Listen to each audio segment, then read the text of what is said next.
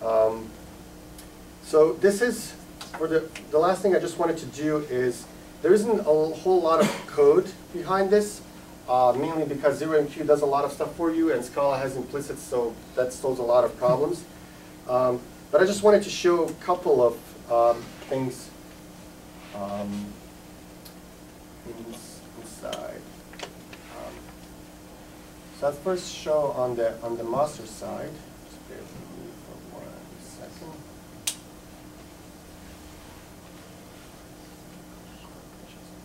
So this code, I said there's not much code, but this code uses, I would call like 3 concurrency paradigms.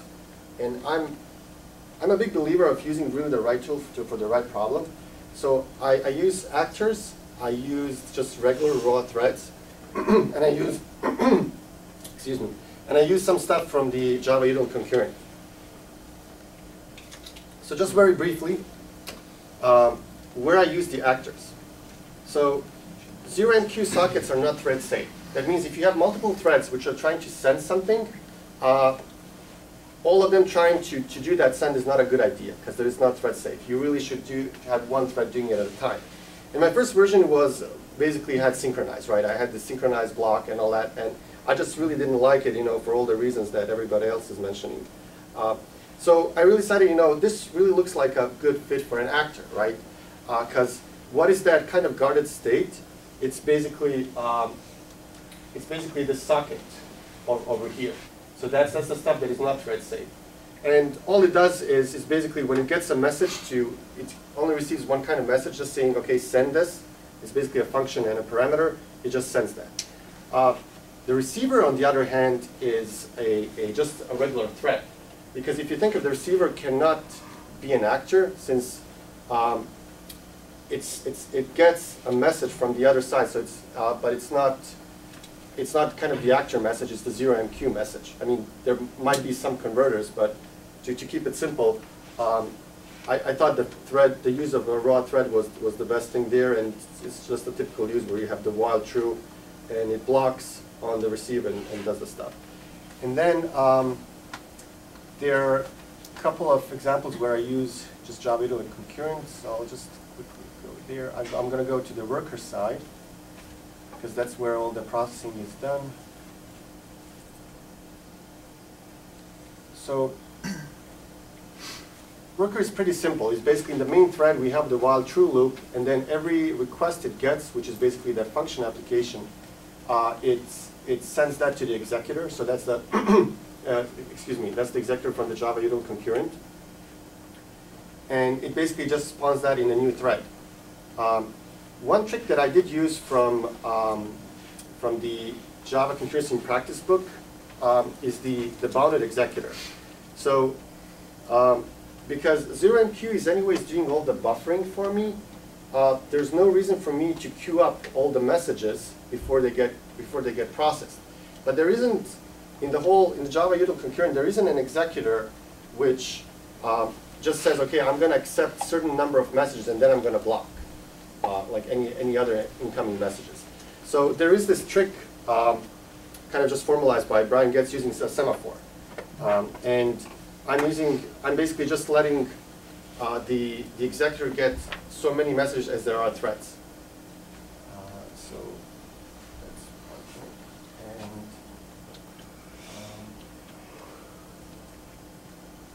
And I don't think there was anything else interesting to show here. So let me just go back.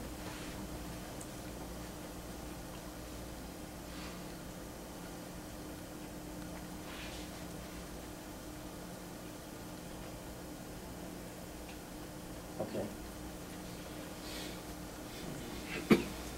Apologize for this.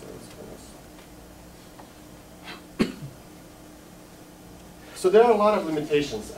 First is, currently it only can apply functions to, it can only do remote function applications which accept single parameters.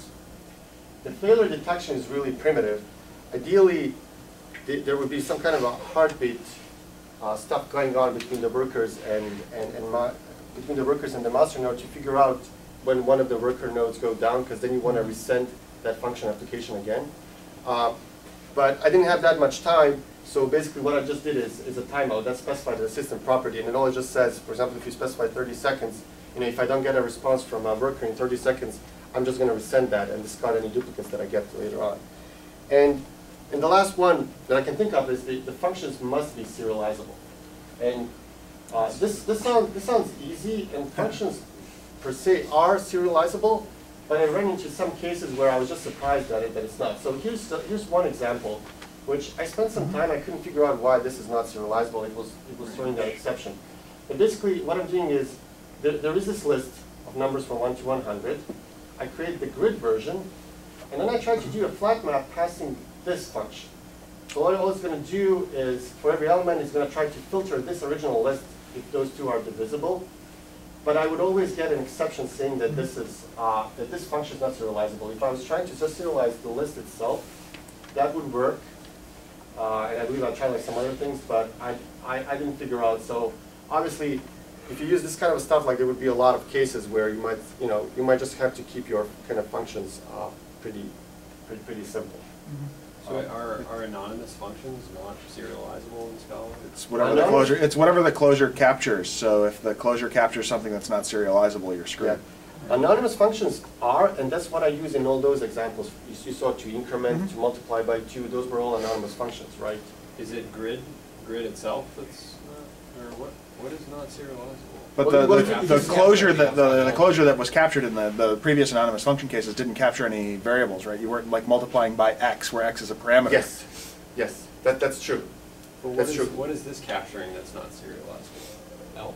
Well, it's not. It is serializable. No, list is serializable. L is definitely serializable. Might just not like external references. You think that has to do with? It's got to be something in the closure that you're capturing. Yeah, but the problem is that the stack trace that I get, it doesn't really tell you much. It just says that this whole thing is not serializable, and then, I guess if I spend a lot of time, I'll probably figure out. But it's good. But it was kind of just something for me to be aware of. That, and I think you would run into the same kind of a problem if you were just like using remote actors to send messages back and forth. That stuff has to be serializable as well. So, anyways, that was my school project. Hope you enjoyed the talk, and if you have any questions. So I do have a question. Go ahead. You chose to send single parameter functions in their arguments. Why not just send a lazy value, or send a function, a zero or a function that's going to compute your answer? And then you can handle, I've got a computation that will yield an int. And that in the closure you capture whatever parameters you need for it. So it just goes over the network and comes back. Okay, so let me make sure that I understood your question. So basically what I was sending the function itself, right? Because the idea is that the workers are kind of dummy. They don't know what's going to come next, right? So send the function itself, which is the body of the code, and then the parameter, which needs to be, and then the function needs to be applied to that. So what you're suggesting is? Send a function 0. Can you tell me what the function 0 is? Function 0 is just, or a function 0, or it's just in Scala it's the arrow and then a value. There's you've got the empty tuple arrow value, and you've got arrow to a value, to a type. The notion is that you send a function that takes no arguments and produces a value. It's essentially an unevaluated thunk. Okay. And to make this do useful work on the client side, on the master side, you have your function that you want to parallelize. You bind your function together with the argument. You create this new function that when you call this new function, all it does is apply the old function to the argument. You send the new function that doesn't take any parameters over the network. And then you don't need to care how many parameters your original function takes, because all of that binding happens locally. Okay, great. Thank you for explanation. I guess the answer is because I guess I'm not up to that level of thinking, and I wasn't aware of that. But it's definitely something that I'm going to look into. Okay. Zero functions. Does that come from Haskell World? No. No? It's a Scalaism. But is it Scala Z specific, or? No, it's Scala. It's baked in. Okay. Then something definitely for me to Yeah, look so at. just look at lazy arguments to functions. You'll see that. Right. Okay. Lazy arguments and function 0. Between the two, you'll find everything. Okay. Thank you very much for listening.